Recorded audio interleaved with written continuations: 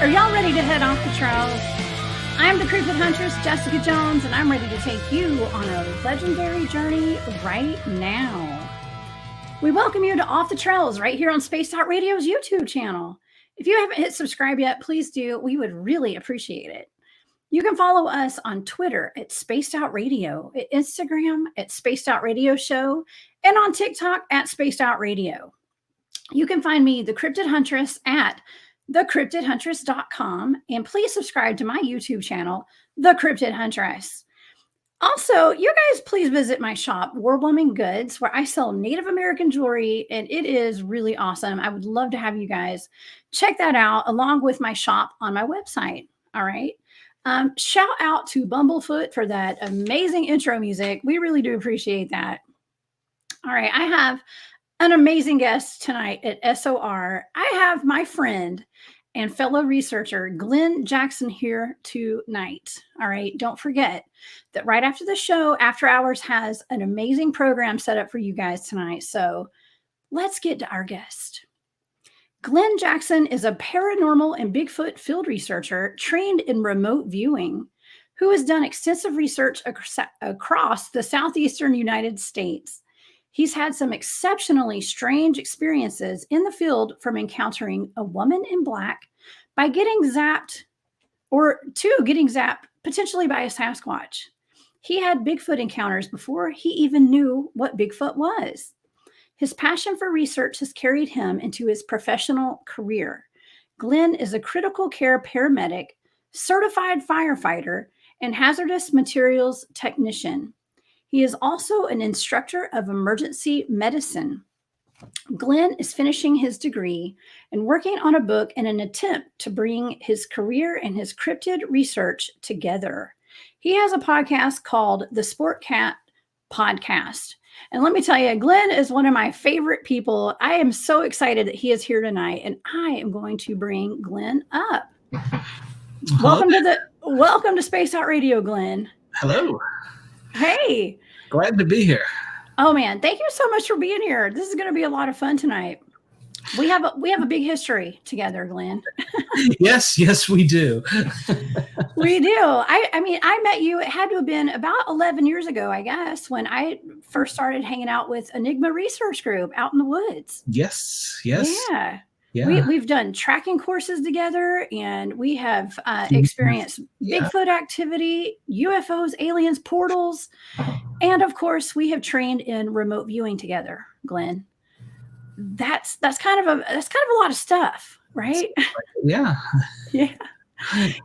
Well, tell me kind of how you got into all of this. Like, what led you up to getting into the Bigfoot research field? Experiences when you were younger. Tell me about it.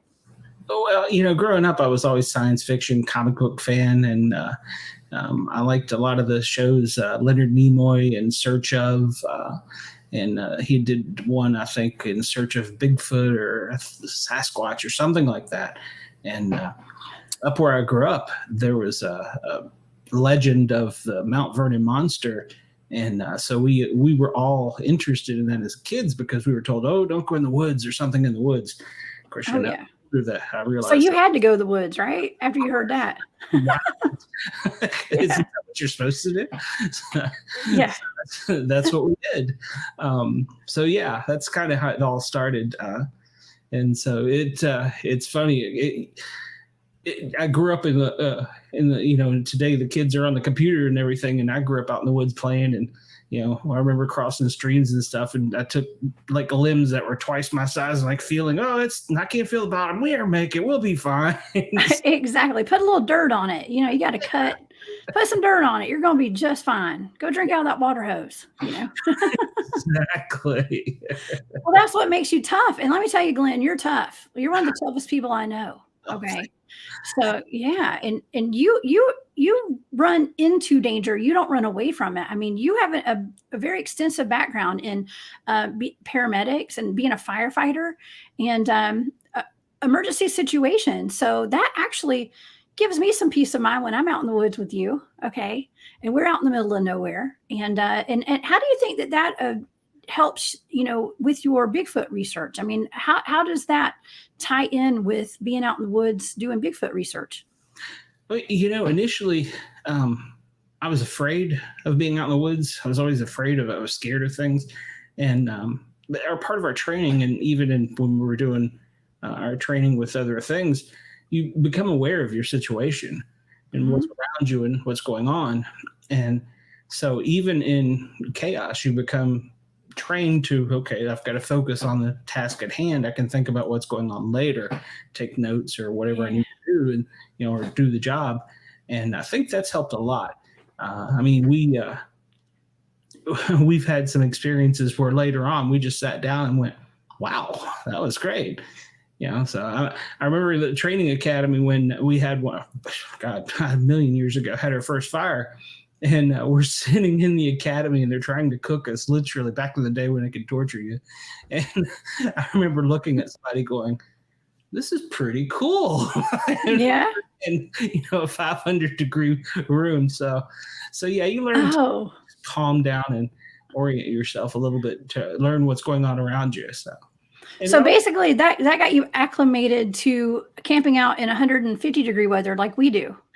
Well, that's what I was going to get to. It always helps to acclimate yourself to your local environment, but it always helps to have people around you that are smarter than you. So you may not necessarily know what's going on, but you can look at him and go, huh, Bob over there, he's not running. So if Bob's not running, I'm good. So, oh my gosh, we have to look out for Bob. I hope Bob's watching tonight. He actually spent the past at least 5 days out in the woods on a expedition with some Bigfooters. So our Bob Grumpy. Yeah, he's a tough guy. He's the toughest 70-something-year-old I know. Gotta be. I mean, you're tough, but you're not in your 70s yet, I don't think, right? So. I don't know, even in my prime, if I could keep up with Bob now. Me too. I strive to be like Bob. Okay. Exactly. Even I'm not going to tell you how old I am, but whatever. Let's move on. Yeah. Wow. Well, you mentioned that when you were a kid, you guys were all you'd heard about, and you were kind of into the Mount Vernon Monster. I did a little research on that today, and it sounds really cool. Okay. So let's start talking a little bit about the Mount Vernon Monster tonight. Okay. Because, I didn't realize that this is where George Washington lived. Okay. Yes. And my question to you is Mount Vernon an area, or is Mount Vernon the actual home that George Washington lived in? Well, both. Mount Vernon Mansion is his home, and it's a sprawling, 200 plus acre plantation. And where I grew up actually used to be part of his area, his farm, I don't know what particular part, maybe his orchard, I think. But yeah, at one point in time, that whole area was his, and now a large portion of it's a military base, his mansion, and it's Metro Washington, D.C. It's a huge area now, but when we were kids, it was much more rural, and the woods were more abundant than it is now. We always have one area that we like to go out and hang out in. And one night we went looking, and we were like, we don't want to get in any trouble or anything, but we're just going to kind of stay, into the woods just a little bit enough, because we were kind of skirting. There's probably a very prestigious golf course that may be located in that area. And so we came upon this little rise, and this is all as kids now. I mean, so it's all seen through. Everything now is, much smaller, but it was all at that point in time, it was huge. Totally. I get that. Yeah. And so we came upon this little rise, and we thought it was a person sitting down by like a little pond they had there. And it's like, well, what is that? And we're like, all right, we're getting back in the woods. And that thing stood up and turned around and looked at us, and we were like, yeah, that's not a groundskeeper. That's not a hobo. So big hairy hobo. Okay. Yeah. So we decided that we were going to beat feet and get out of there. And like I said, we decided that we could get out of there at that point in time best by running across the green and getting over the fence and out. This thing stayed in the woods ran parallel to us, and it sounded as though it was a car driving through the woods with things crashing. And Whoa. I won't say, I can't swear that there was a lot of growling or noise or anything, but it definitely sounded like there was a large something. And at the one end of where we came out, there was an old dirt road, and there was it was a brick fence that they had taken and put in a chain link fence on with barbed wire on top of it. Mm-hmm. This thing, whatever it was, grabbed the top of that barbed wire and flipped itself over that, ran across the fire road or driveway, whatever it was, and jumped over, landed down into a creek area and to a crouching position, was staring at us. And at this point in time, I'm trying to get up the road, and had another friend of mine that was kind of like mesmerized by it or something. I kept running into him. But the only thing that I kind of remember about that moment was the thing had the shiniest eyes and the teeth. The teeth were just pearl white. As a kid, you could see them? Wow. Yeah. And so, needless to say, we got up the road into the light and out of there. And we didn't tell anyone, because we probably shouldn't have been there. And so we didn't tell anyone. That was our first adventure. And I hung out with a lot of public safety people growing up. And some of the police officers had actually seen this thing too around some of the dumpsters and things. So it was seen, but not. I don't want to say never caught. Nobody caught it on film. The only thing, they had some audio recordings of it on cassette tape back in the day. Okay. Now, how old were you? You were before you were a teenager? Oh, Lord. I was probably 12, maybe preteen, 14 at the most. Yeah, I wasn't very old. So. And what time of day did you see this? No better. What's that? Yeah. What time of day did you see this creature? Well, I'm going to guess it was probably, I don't know, 9, 10 o'clock when we were out in the woods. It had just gotten dark. So, yeah. Oh my gosh. Yeah.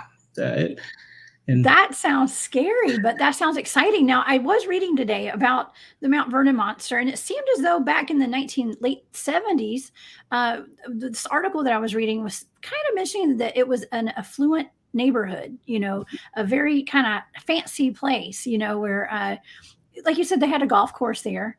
And the police actually were getting a lot of complaints about wailing and screaming coming out of the woods. So had you heard about that before you guys experienced that? Yeah, we had. And like I said, the parents were like, don't go in the woods, it'll get you. So yes, we had heard of that. That's, like I said, that's why we kind of had to go into the woods. Yeah, you got it. It's anarchy, right? When you're a kid, just do the opposite of what your parents say. Of course, yeah. So, that's why you ended up being a Bigfoot field researcher, right? I'm just kidding. It's through a series of adventures, yes. Exactly. I feel you. Yeah. Well, the police were getting so many calls about this that they ended up setting up infrared cameras around the area and patrol the area with a helicopter. Okay. This was the late 70s, early 80s. And this is what I read. So I'm sure you can elaborate a little more on this, but for that time period, that was kind of a big deal, I can imagine. Oh, yeah. Yeah, it was a very big deal. The police had their own helicopter at the time, which was pretty impressive. The military was even out there looking around some. So, yeah, they had the state police. I think that I don't know if it was like the Department of Natural Resources. They were trying to set traps. There was all kind, because they were telling us, don't go in the woods. We're going to catch this thing, whatever it is. If it's a person, they're going to be punished. And so, yeah, they were actively pursuing it. And the funniest thing was, we would sit and know what they were doing. I won't say no, but we would know they were in the woods and they were looking, the helicopter was up and you could hear them making the noise because Lord knows they weren't quiet. And it was like 20 minutes after they'd leave, you'd like start hearing a yell or, something would happen. It's like, it knew they were gone. It's like, yeah, you left. I'm still here. So yeah, it's like, nice try, people. Y'all call the cops on me one more time. See what happens. Yeah. Yeah. Well, okay. Well, you mentioned that the military got involved. Okay. So this was near a military base, right? Absolutely. Okay. Tell me a little bit about that. Well, Fort Belvoir, some people I think called it Area 52 or something. It had its own high spookiness, probably still does. They had all kinds of things there that they were testing and experimenting with, and that was actually one of the things that went through the neighborhood. Oh, this is an experiment that went wrong. They're trying to capture it. In fact, I didn't know until many years ago. Well, not many, just probably 15 years ago. There was the first portable nuclear base was on the Potomac River, right there where we were. The military tested. Apparently, they had a mini, I don't know, meltdown or whatever. They shut it down, and so they were doing things. There was a very active base, and they were testing all kinds of equipment and stuff. But yeah, they couldn't. They were even out looking with their stuff. Oh my gosh. Well, you are, I don't know if I say expert, but you deal with hazardous materials, right? And so that's part of what you do for a living is dealing with hazardous materials and things like that. Does that have any kind of connection to the cryptid world and to cryptids being spotted? I mean, a lot of people say that UFOs are seen over nuclear plants and things like that. Yes. What do you think? I've heard that. I would say probably so, because I've never actually been to a quote UFO site, but I've heard from people that I believe say that they've taken readings of radiation and stuff afterwards. So I would say that there's something, but I would, whatever they are, they're that group of unknowns causes trouble for us. Yeah. Well, I have to disagree with you on one thing, Glenn. What's that? You have been to a UFO site because I have been with you. Oh, yeah. Yeah. That's true. I've been to several UFO sites with you, actually. So yeah, that's true. But that's for our team to know and you to find it, the audience to find out in the future, maybe. But yeah, we definitely have, but not official, right? It's like unofficial. So things happen. Yeah. Well, what really interests me is the military, the proximity of that military base in relation to the Bigfoot sighting. Okay, because this thing ultimately turns out to be somewhat of something like a Sasquatch, right? Well, that's what the pictures of people that, well, I won't say pictures because there were never for any pictures, because I think we had disc cameras, 110 cameras back then. They were junk cameras, Polaroid. So it was more of a drawing. That's what the drawings turned out to that we saw were. Okay. And you sent me some of those. Is it okay if we show those right now? Oh, absolutely. What do you think? Yeah, okay. Let's pull up one at a time. Yeah. I mean, I think maybe somebody had drawn that, that was a little bit younger, but yeah, that was one of the things that. Hey, that's a good drawing right there. I can appreciate that. Hey, you should see my remote viewing sketches. I need some art lessons. Okay, so I do too. But I can tell it looks like a Bigfoot. It looks like a ghillie suit personally, but it looks like my son, but it also looks like a Bigfoot. Yeah. So interesting. One of the things, and I think I sent you a children's poem about it, and if there was a creature that was invisible that could vanish in front of us, and how would we know if we were surrounded by 1 or 1,000? And exactly, if they had that technology, whoever they are, as a government, they could weaponize it if they wanted to, I would assume. So that like I said, that was always a part of the military, was always into the Bigfoot realm when I was growing up. That was always a factor. Really? I'll never have any proof or anything, but that's what we always heard as kids. Well, I've been doing that remote viewing show on Fridays just for fun, and I've been asked to remote view, or I chose to remote view actually too, the dogmen sightings all over the country. And I am finding a connection with government, and underground facilities with these dogmen and Bigfoot. So there's definitely a connection, Glenn. And I who's to say the areas that we research don't have underground facilities in them? I mean, we don't know. I can't say as children growing up that we didn't discover tunnels in Metro DC. Really? We might not have, should have been in. So did you actually go into those tunnels when you were a kid? No, no. You can tell me, Glenn. I'm not going to tell your parents. Okay. Yeah. Okay. No, it's the military It's police. long enough now. No, I like to. Yeah. We saw vent holes and tools and stuff. So Yeah. I'll leave it at that. So Okay. Well, you actually sent me some other pictures as well, and these are probably from eyewitness accounts, I'm assuming. Yes, that was somebody that drew it. That was what they felt like they saw and how they were reacting to it. So yeah. So it's the typical big head with no neck hardly, with the broad shoulders and the big thick body and a lot of hair.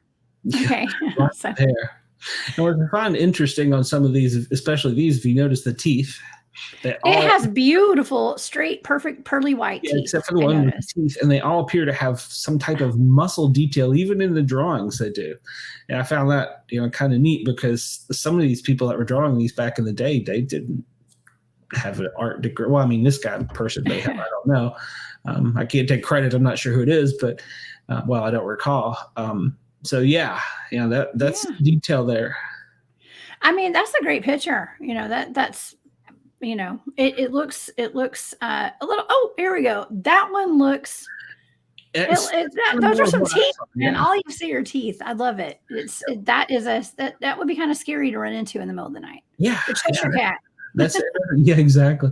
And that's kind of what I saw. And I was, like I said, as a kid, it was huge. Now, going back, it was probably, I don't know, maybe 6 or 7 feet, but still, that's pretty dang big. So, and that is very big. Whatever this person, or whatever this thing was, having had to reach up from the ground and grab the top of a barbed wire fence and flip itself, that person or thing would have to be very much in shape. I can't do a pull-up. So I don't know if I ever get a pull-up. So that whomever that was or whatever that was would have to be in some kind of remarkable shape to have done that. So yes.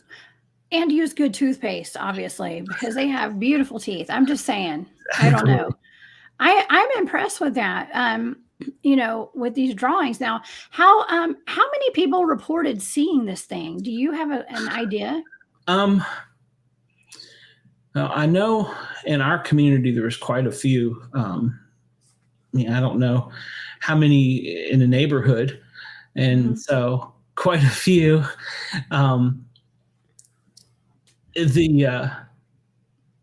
But the Washington Post ran the article, and there were people coming and lining up to the point, and actually Fairfax County Police had to set up roadblocks and let people, get there and get out. So they would actually go down the road and turn around and go back out. So, where the road where everybody said that they saw it. So. Yeah. Well, you know what? That just prepared you to run into burning structures in Wailing Woods. Thank you, Deccan, for that super chat. You have fans here tonight, Glenn. I am so this is really exciting. Thank you so much for that super chat. Yeah.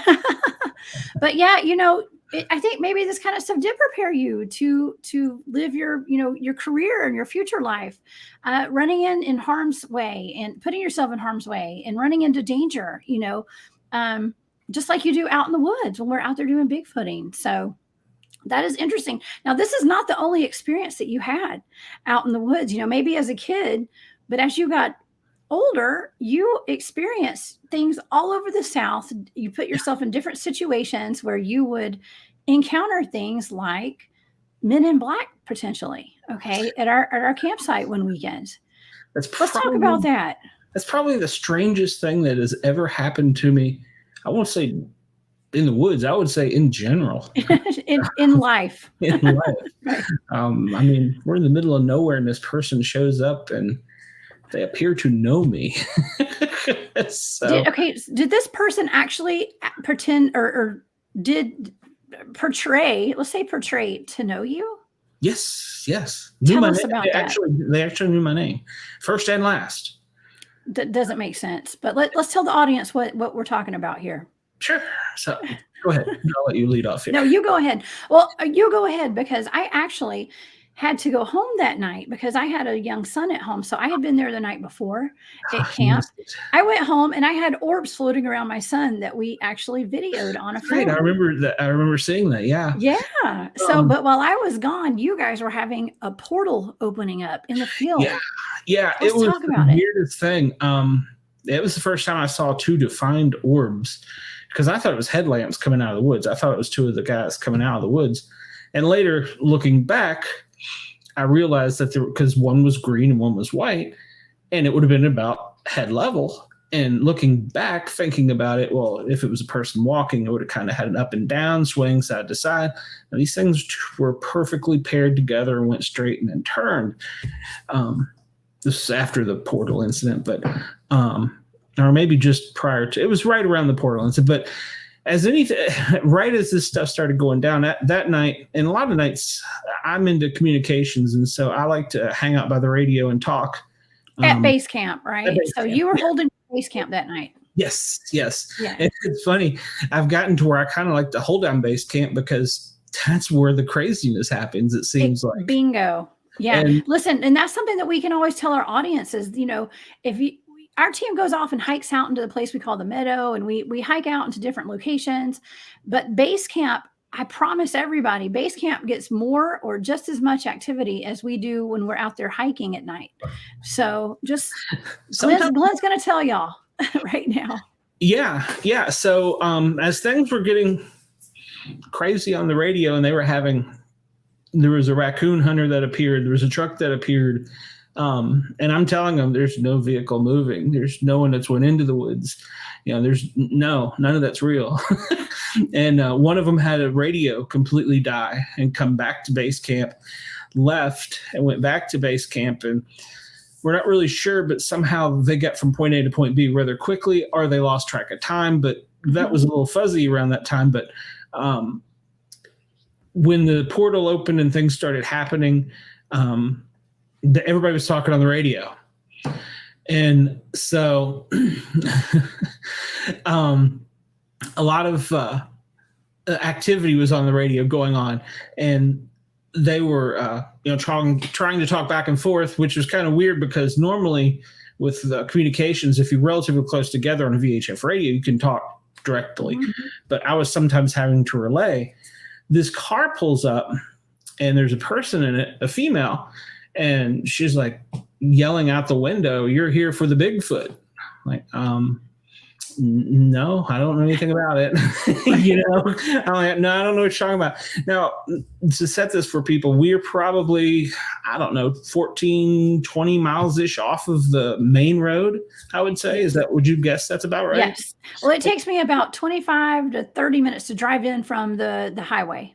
Yeah, so you have to know. At this particular place that we research. Now there's this one place is it is accessible to the public, kind of, but not really, like the base camp is.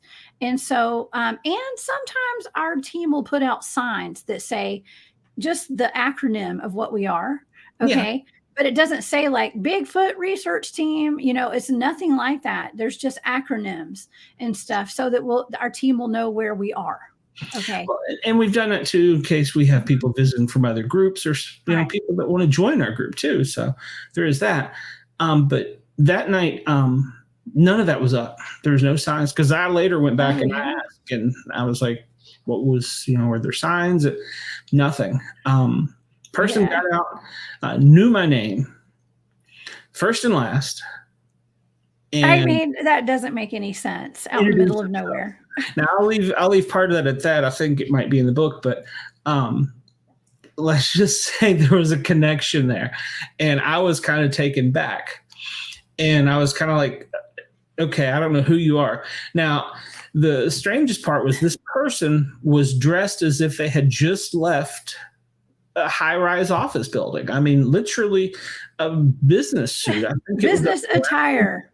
Yeah, brown, ladies' jacket with white shirt and pants and a blouse. Yeah, out in the woods. Yeah, and I don't think it was high heels, but it was certainly not flats or even tennis shoes or boots, and it was inappropriate. And we call that sus. Okay. Yeah. Suspicious. Suspect. The person was drinking, but I didn't think they were that impaired, but they kept wanting to know what's going on. We've heard about you. What are you all doing? I'm like, nothing's going on. Who are you? Why are you here? And I'm trying to tell, them on the radio, hey guys, I know you're busy out there, but I got something going on here too. So, don't die because something's happening. You're like, wait a second. I know y'all have a portal opening and you're sending our teammates in, but I've got some woman here that knows my name dressed in a business suit. Yeah, okay. Yeah. So people wonder why we do what we do. This is it, man. This is it. This is weird and we love it, right, Glenn? We don't know what's going on. Yeah. That one just freaked me out. Yeah. And once the activity kind of broke down and the team come back, the person would not leave. I had a friend that was there and telling her, just sit here and hang out with us, trying to shoo them over to the side, but did not want to leave me with the radio or whatever. And so they were going on about, no, what's going on? I want to know what's going on. Well, after it calmed down, and the group started coming in, everybody was trying to decompress about what was going on. And I'm trying to go, hey, I need to decompress too. Let me tell you what's happening here. Who is this? Do you know this person? They know me. And weird. So that's when Trey made the contact as kind of he's the boss. And then they had a connection too. So I was like, okay, this is just too weird. So, and the activity while that person was there was very strange. So it was very strange. Well, she ended up knowing the head of our team. Okay. One of our teammates, Trey, she actually knew I don't know if she knew his name, but she knew what his college and all his professors and what he majored in college. Yes. And just knew stuff that she probably should not have known. It was very odd. Okay. Yeah. And so that is very suspicious. It didn't make sense. And she was also trying to lure you guys away into another area. Yes. When our team was having such phenomenal activity and things that had never happened before, she was trying to get you guys to go chase after monkey bears on another side of the area. I knew it was bears. I couldn't remember. Yeah. Monkey bears. Monkey bears. Yeah. If you just come with me and go up this way, they're down this road. And so we didn't go. Yeah, well, they say that happens in the world of ET and MIBs and things like that. They try to kind of take your attention elsewhere so that you're not focused on what's really going on. A modern day siren, yes. Exactly. So, and there were some other things that went on that night, and our teammate Trey Hudson wrote a book, and so if anybody's interested in all our stories about that, you can go buy his book. It's called The Meadow Project. So, that this is Glenn and I'm Jessica, and we're in that book. So. Chapter apparently we're in some chapters there. So but yeah, you guys can check that out, and it's really interesting. We never went public with any of our research, right, Glenn? And Glenn and I are on 3 different teams together, I guess. And and there's a lot of stuff we don't talk about. We've done a lot of research. We like to keep our research kind of to ourselves a little bit, because we continuously research, and we are still researching these areas, right, Glenn? Absolutely. And sometimes people aren't who they say they are. So exactly. Be kind of careful. You have to be careful. No new friends, right? I'm kidding. I have a lot of new friends, right? Well, okay. Well, tell me a little bit about your experience with potentially the Alabama white thing. I would love to talk about that before we go tonight. So. And see, the weirdest part of that one was, to me, I wasn't even sure I'd had an experience. Okay. Everybody had come in and was hitting the bunk, and I had shut down the radios. And so we were kind of everybody was chilling out and going to their bunk. And it was me and one of the other persons in the camp. And she was getting ready for, to crawl in her tent. And I just kind of walked over to the edge of the, base camp, and something just kind of caught the corner of my eye. And at first, we were at where we were camping that particular night was by a stream. And I thought it was just fog, river fog or something, just coming down the river. And so, I didn't pay it much mind. Well, it started kind of having a form, but I noticed the fog wasn't really moving. And so it was kind of like it resembled the drawing earlier with the teeth and the eyes, except for it was all white when the fog blew through. Ooh, like that, but all white, pretty much. And I was, and it was on the other side of the bushes. It was on the other side of the bushes, looking at me, and I'm kind of going. And it had red eyes, and I've heard from some people recently. Actually, I've heard some people say that they may use the eyes to communicate, which is a theory I hadn't thought of, but it was really strange because am I having it? And I kind of turned and looked around and looked away, and it was gone. I mean, the fog and everything was gone. And because I looked away, because I called to the other person, I was like, hey, come over here with your thermal. Am I seeing this, or is this just fog? And so I didn't even think anything about it. And the next morning we're having breakfast, and I was like, hey, last night, right before everybody hit the bunk, this is what happened. And somebody's like, oh, you've experienced the Alabama white thing. And I was like, the what? Oh. So I know it's the thing with the THANG. Glenn. Yeah, I got to get it right. Yeah, a pronoun for it, but yes, the thing. Yes, the thing. It's just the thing, man. It's the Alabama white thing. You gotta say white too, not white. It's white. White. Okay, that's how I say it. Okay, but yeah, that's interesting that you're incorporating. There was fog incorporated with that. Because there was a time where we were researching, our team was up in North Georgia. Mm-hmm. Glenn, you were there, but I was actually going up to another field, and I was with our late research friend, Tim, was with me. And we had some people with us that weren't actually a part of our team, but they were visiting with us. And he and I trekked up, up to field 3 or field 2 or something. And we were having a very uneasy feeling about energies up there. And, Tim was an Army Ranger and Special Forces and was very protective of all of us. But I was picking up, as he, on something very sinister up there. And we started watching a fog come out of nowhere up on the trail. And it started following us as we were we didn't want to alert the people that were with us. But he and I had a plan to get them out of there really fast and get ourselves out of there because it was a little scary. And he told me, he's like, you lead the group out. I'm going to stay behind, But this fog seemed to have a consciousness to it, mm-hmm. Glenn. And actually, I pulled up a couple of pictures I was going to show because it was really eerie. And this is not where we were, but it was kind of like this in the middle of the night. And we just saw this fog, but it was denser than that fog. Okay. It was super, super thick, something kind of like the trail looked like this, but it was a full moon, I believe. And that fog was relentless, and it was just coming down the trail. It was coming after us, and it was just weird, but we got a weird feeling and we got out of there. And I didn't want to go back there that night. So, but yeah, it makes me wonder, though. I'm sure that whatever that was that you saw was probably using that fog as cover, to hide itself, I would assume. That's what I would think. So, yeah, I don't know. Well, okay, so using the eyes to communicate, I've not thought about that before. Yeah, I've met some people recently, and they had talked about that on a show I listened to, and I had never given that a thought. And back in the military days with the Navy, they would use the lights to communicate back and forth to the ships. I'm going to say Morse Code. Probably I'm wrong. I don't know.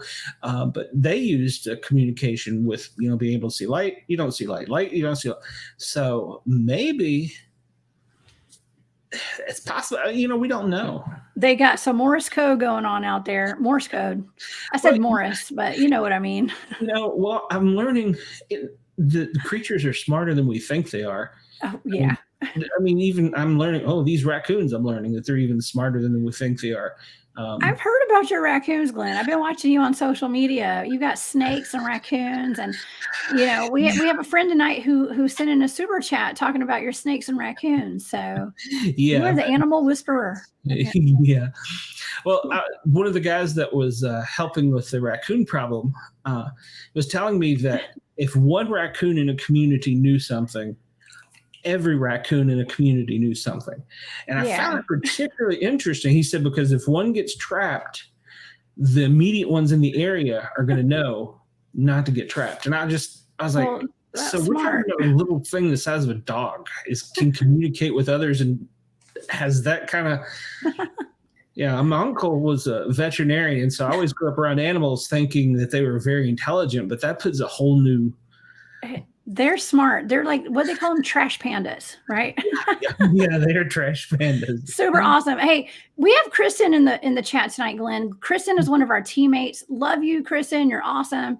Thank you so much for being here tonight. I always love it when our teammates are in the chat, especially when I have my teammates on the show. So thank you, Kristen. My friend and Ken was in there as well, so saw them. So. Yeah, Kristen is one badass Bigfoot researcher is all I got to say. So, yeah. Going in the woods with you two. So some of the guys know, but you two definitely. Yeah, we'll watch your back. Listen, when we're out there, y'all are safe when Kristen and I are out there, right, Glenn? Absolutely. Absolutely. I won't tell all your stories. So. You better not. You better not. Not at all. Okay. Well, let's talk about you getting zapped. Okay. I know what being zapped is. Like, I've heard of that. It's something that they say Sasquatches are able to do, that they can zap you. Now, kind of describe what that is and your experience. So when I moved here to Georgia, I didn't know anyone that was into Bigfoot research. So I went out with a group to meet other people. And that's actually where I met some of the people in our group and kind of got my head straight and went with. And I was camped in the site where and everybody was giving me grief. They were like, oh, that's where such and such had his head rubbed. Yes, they are very evil. Had his head rubbed through his tent. Said that something stuck its hand into the side of the tent and rubbed his head. That wasn't Terry, was it? He got poked. So this was different. Was Ron, I think his name was. Okay. He's actually one of the ones that started teaching me about how to forget everything you ever learned, but trying to catch them on film. Audio is the best way. And so, but that's another whole show or story. Take note, y'all. Yeah. Audio. Yeah. Just throw all that video and stuff away. You're going to waste your money. Well, except thermal and stuff, but at any rate, that, like I said, no, but, so they were all giving me grief because, you're camped in the site where he was. And so we'd sat around that night and everybody told stories and stuff. And I was the new guy and I was like, okay, that's cool. And so at night when everybody went to bed, I was like, so do you leave the light on? Everybody just go to bed? And they're like, no, we just go to bed. Okay, cool. That's how it always works, right? We get a lot of activity and then what do? We all go to sleep. Exactly. What is that about? That was the strangest thing. That night I heard something. I was like, okay, do I hear something? Do I not hear something? Because, I was really new with this group. I didn't know any people. I didn't know the people. And, I kind of had an idea of the woods and what was around me. And I was like, all right, this is a very large creature or whatever it is. And it was out there moving around. I heard a grunt or something. I'm like, I don't know what this is, but I'm just going to kind of lay here. And just when I was kind of going to get up and unzip the tent and kind of look out a little bit. This is, where I was deciding maybe I was going to be a little brave. Yeah. Right in the center of my body, I felt, the only way I could describe it is I felt like, how your arm feels like it'll go to sleep. Yes. Tingly. That feeling. And it went all over.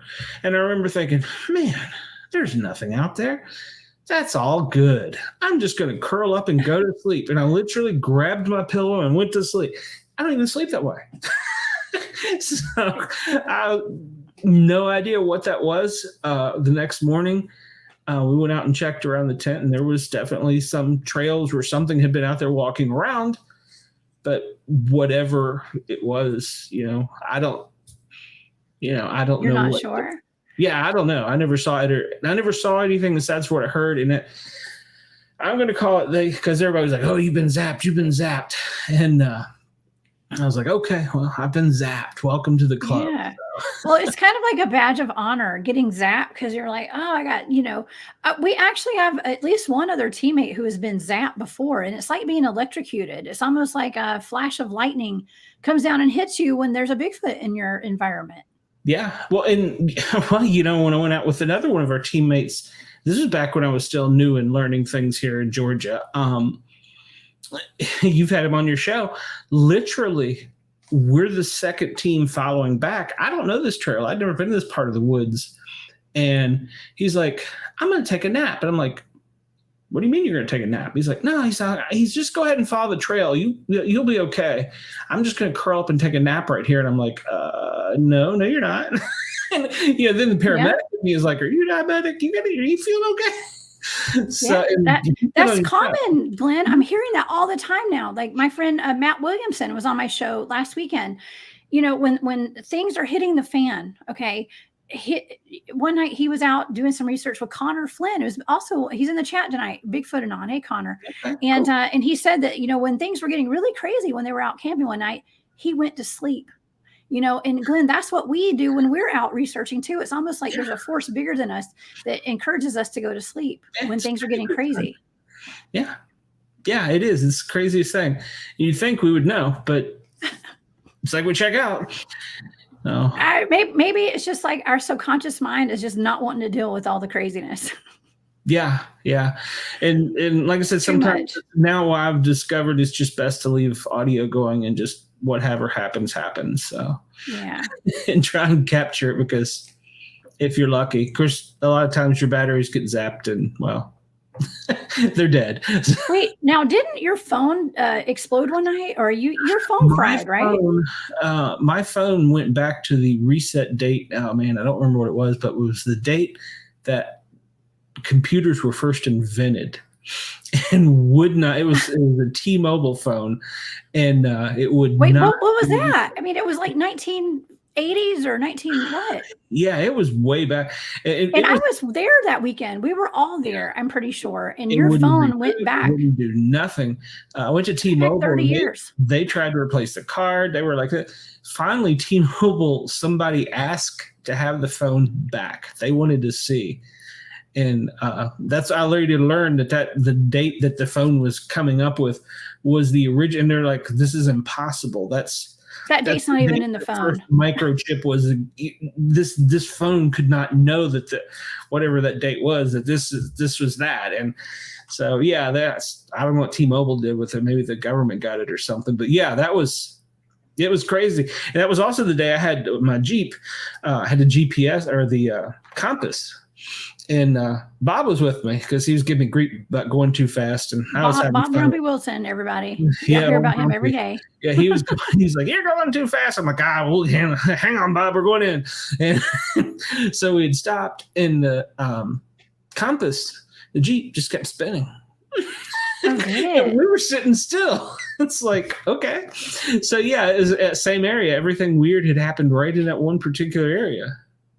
I am not surprised. I mean, there are times where we've been out. I mean, just about every time we go out, our equipment malfunctions. And there was that time, the first time I ever went out with Enigma Research Group, and my research partner and I won't name his name, but we were out there in the UFO field, and his equipment went forward 1 hour and mine went backwards 1 hour. Mm-hmm. And that was when we had all the UFO activity that night and stuff. Yeah. So yeah. That stuff happens. I mean, your phone resetting to that date is one of the weirder things that I can remember happening electronically with our team. It was fried. And there's no explanation. The chip should not, even if the chip had malfunctioned, it should not have had that date. Yeah. You know what? Craig was there. Craig's in the chat tonight. What's up, Craig? Yes. Craig Action Jackson. Yep. Yes. Craig will be on the show next month, actually. So cool. I'm excited. He was there. He was actually the person who calmed me down the first time that I was walking through the UFO field, which wasn't known as that at the time. And something swept my legs from behind me as I was walking by myself. And all the guys were watching me through their thermals and saw nothing. So yeah. I did. I did something out of my normal this week, and I know this is more into your area with the spirits and stuff. I'm not usually into the spooky Mhm. spirit stuff. I did a haunted Knoxville tour, and I was like, okay, this is going to be good. People are going to jump out and go boo. And they did Mhm. they did a lot of history. And so they were very historical, which is, if you're going to research an area, that's what you have to do. The history, you have to learn it, then you have to rely on your science. And then they started using some of the same tools that we use. And I'm like, we're in the city. There's people walking up and around us all the time. I mean, we're literally not far from pubs and bars, and things were happening. So once again, we go back to that. There could be an invisible something around us, or there's another dimension, or something around us, and Something. we're not aware of it. You know, maybe it is a different dimension and they cross, or Yeah, we're just that's what there is that. So I mean, and that's what we really don't know, but we spend so much time out in the woods, and the more time we spend out there, Glenn, I feel like the more activity we're getting, and the more weird it gets. Mhm. And it's almost like I went out there looking for a big hairy primate in the woods, Yeah. and now we are just I don't know what to think. I don't know where to go anymore. I'm like, we got so much craziness. We got portals opening. We've got crazy women in business suits showing up. We've got orbs around my house when I leave the field. We have a lot of stuff going on out there, Glenn. What is the most memorable thing other these stories you told? Is there anything else you can think of that just blew your mind Um, being out in the well, field? when I first came and started meeting some of the Georgia folk here, someone, I won't name Grumpy's name, gave me a tip, said, go talk to this boy. I think he doesn't know what he's talking about, that there's no Squatch down there. He's just scared of the woods or something. And Uh-huh. I was like, okay. And I didn't really know the team members or much. And I was like, all right. So I went down there, and I knew enough about what goes on in the woods of Georgia to get me in trouble. And that's exactly Right. what I did. Um, the whole night he went out and he showed me, and there were some structures, and I heard some things that are distinct whistle, and some things I heard. And I asked him, I said, you're out in the woods? He's like, I'm out in the woods all the time. Grew up a deer hunter and all this and stuff. And yeah, she was there. And so he goes, I don't know what you're talking about. I'm like, well, it's like right here around us. And so we saw something's leg go across the trail when we turned around. And then I heard one, because usually when there's one, there's two. And I heard one, Yes. and I was like, it's right there. And I'm being the biggest dumbass in the world. I'm going to go for it. Because I'm thinking it's a bird or something, whatever. So, yeah. And I went for it. And I will tell you that whatever that was in the woods shook every tree, every bush, and it made every noise from a cockatiel to a parakeet to a crow to every type of bird I've ever heard in my entire life, and letting out screams and stuff. And I was like, all right, I'm just going to stay here with the light. And it wasn't until something threw a rock right behind us and broke our attention, and we turned. And when we did, all you heard was crashing and thunder going running away. And I'm like, Oh, I think that might have been a Bigfoot. the old bait and switch, right? Yeah, They that make was you look one probably. way. And then I went back. I was like, no, he's gone down there. Yeah. Well, Glenn, do you have any advice for people that are wanting to get out in the woods and go bigfooting? And what would you say to someone who asks your advice? Well, the first thing you got to think about is you got to open your mind. You can't, don't listen to everything we tell you. You got to go out there with what's in your mind and your heart, and go out with an open mind, and don't be afraid. I mean, there's things out there that can't harm you, but go out there with an open mind and just enjoy the woods is the first part of it. Enjoy the grounding yourself and getting back to nature is the first part. The second part I would say is, don't go out there with any intent of doing anything. I'm going to capture it. I'm going to shoot it or whatever. Just go out in the woods. It's the latest joke I tell everybody is, I don't go looking for Bigfoot. I go camping. So Exactly. You know what? And when we go out there, if you don't have any kind of expectations, you just go out for a good time to hang out with your friends. And that's what we do. yeah, That's how we get the most activity. absolutely. And I believe once that you're in tune with things, you will realize that things are probably closer to you than you really know. Oh, yeah. Absolutely. I mean, Bigfoots, they say they cloak. I think I might have experienced that. I mean, we just don't know. There's always something lurking around those trees peeking at us, right, Glenn? Yeah. Yeah, absolutely. Yeah. Well, And Glenn, oh, go ahead. Go ahead. no, I was just going to say, just use your open mind and learn about the area that you're going in. First off, don't just say I'm going to go to Smith Hill and sit. Learn a little bit about the area. That's probably the first step, and then go with an open mind, and don't go out there thinking you're going to do something stupid or you're going to capture the Squatch, because you're not. You're going to have a good time and get grounded, and you're going to learn about Mother Nature. So yeah. Exactly. And we've been doing this long enough to where we know, right? And I'm no means an expert in anything. well, we're no experts here, but we just like to go out and have fun. And so does Daryl. Daryl Neese is in the chat. He's one of our teammates. Daryl was on my show. What's up, Daryl? We got Daryl and Kristen and Craig, and my hero. So Daryl's my hero as well. So I am so blessed that we've got a bunch of our teammates in the chat tonight. Well, Glenn, where can people find you? You have a really cool podcast. Tell us about it right quick. We've got about a minute. Okay. Well, the podcast is a work in progress, which I haven't worked on for personal reasons, and I'm getting back together.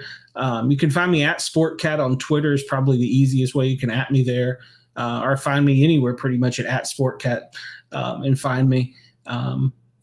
And the podcast hopefully will be soon, and I'm working on this stupid book as soon as I learn how to bang my head into a keyboard and make it all come out. So Oh, okay. Well, good. Well, you're going to have to keep us posted on that. Okay. And everybody go find us a podcast and follow Glenn on Twitter at SportCat. Okay.